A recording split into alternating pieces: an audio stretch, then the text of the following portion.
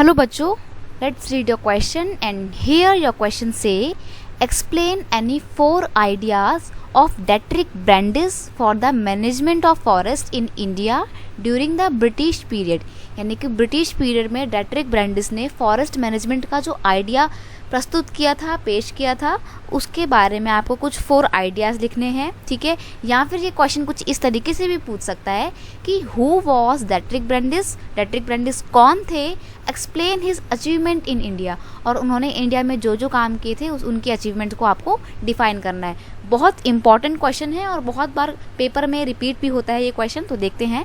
डैट्रिक Brandis was a German environmentalist who introduce the concept of scientific forestry. इन्होंने scientific forestry का जो एक concept था इंडिया में इंट्रोड्यूस किया था, और वो क्या थे, he was the first inspector of general of forest in India, और इंडिया के पहले इंस्पेक्टर जनरल ऑफ फॉरेस्ट भी थे वो। ठीक है, अब बात करते हैं थोड़ी सी डैट्रिक ब्रांडिस के अचीवमेंट की इंडिया में, या उनके फॉरेस्ट मैनेजमेंट के जो 4 आइडियाज़ थे उनकी बात करते हैं। तो सबसे पहली बात, he introduce the concept of scientific forestry, यानी कि science of conservation of forest, यानी कि फॉरेस्ट को कुछ साइंटिफिक तरीक़ों से कंजर्व करना ही जो है साइंटिफिक फॉरेस्ट्री कहलाता है। और ये जो साइंटिफिक फॉरेस्ट्री का कॉन्सेप्ट था ये डैट्रिक ब्रांडिस ने इंट्रोड्यूस किया था, और इस कॉन्सेप्ट को इंडिया में इम्प्लीमेंट करने के लिए उन्होंने कुछ लीगल सैंक्शन भी लगाए थे, यानी कि लीगल तौर पे इन्होंने साइंटिफिक फॉरेस्ट्री को इंडिया में इंट्रोड्यूस किया और इम्प्लीमेंट भी किया था।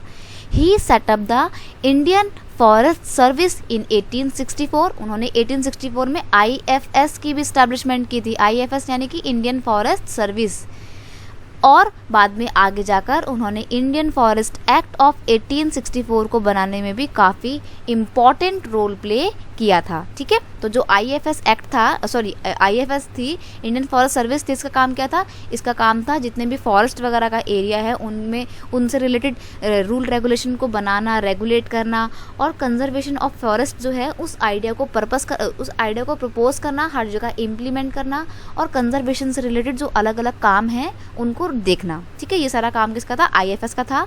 आज भी IFS बहुत ही सक्सेसफुली अपना काम कर रही है। आपने सुना होगा बहुत बच्चे UPSC की प्रिपरेशन करते हैं, तो जो UPSC की प्रिपरेशन करते हैं उसमें कुछ बच्चे, कुछ एस्पिरेंट्स जो होते हैं वो IAS ऑफिसर बनते हैं, कुछ IPS ऑफिसर बनते हैं, कुछ IFS ऑफिसर बनते हैं। तो जो IFS ऑफिसर बनते हैं उनका काम होता है इंडियन फॉरेस्ट सर्विस में ही काम करना है। ठीक है, अब देखो थर्ड इनका काम क्या था, थर्ड इनकी अचीवमेंट थी the imperial forest research institute eight Dehradun was founded by him in 1906। यानी कि बंगाल पार्टीशन के जस्ट 1 साल बाद इन्होंने 1906 में या 1906 में इम्पीरियल फॉरेस्ट रिसर्च इंस्टीट्यूट बनाया था देहरादून में। ठीक है, अब इस इंस्टीट्यूट का काम क्या था, इस इंस्टीट्यूट का काम था साइंटिफिक तरीके से फॉरेस्ट को कंजर्व करने के अलग अलग आइडियाज़ को ढूंढना। ठीक है, एक और इनका मेजर वर्क क्या था, he limit the entry of villagers and tribals in forest. देखो इनका ऐसा मानना था कि अगर हमारे फॉरेस्ट को रिजर्व करके रखना है, कंजर्व करना है,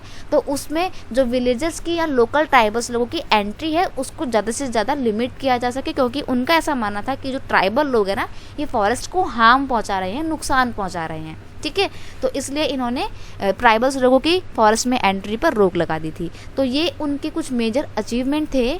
आई होप आपको ये डिटेल क्वेश्चन अच्छे से समझ में आ गया होगा। Best of luck.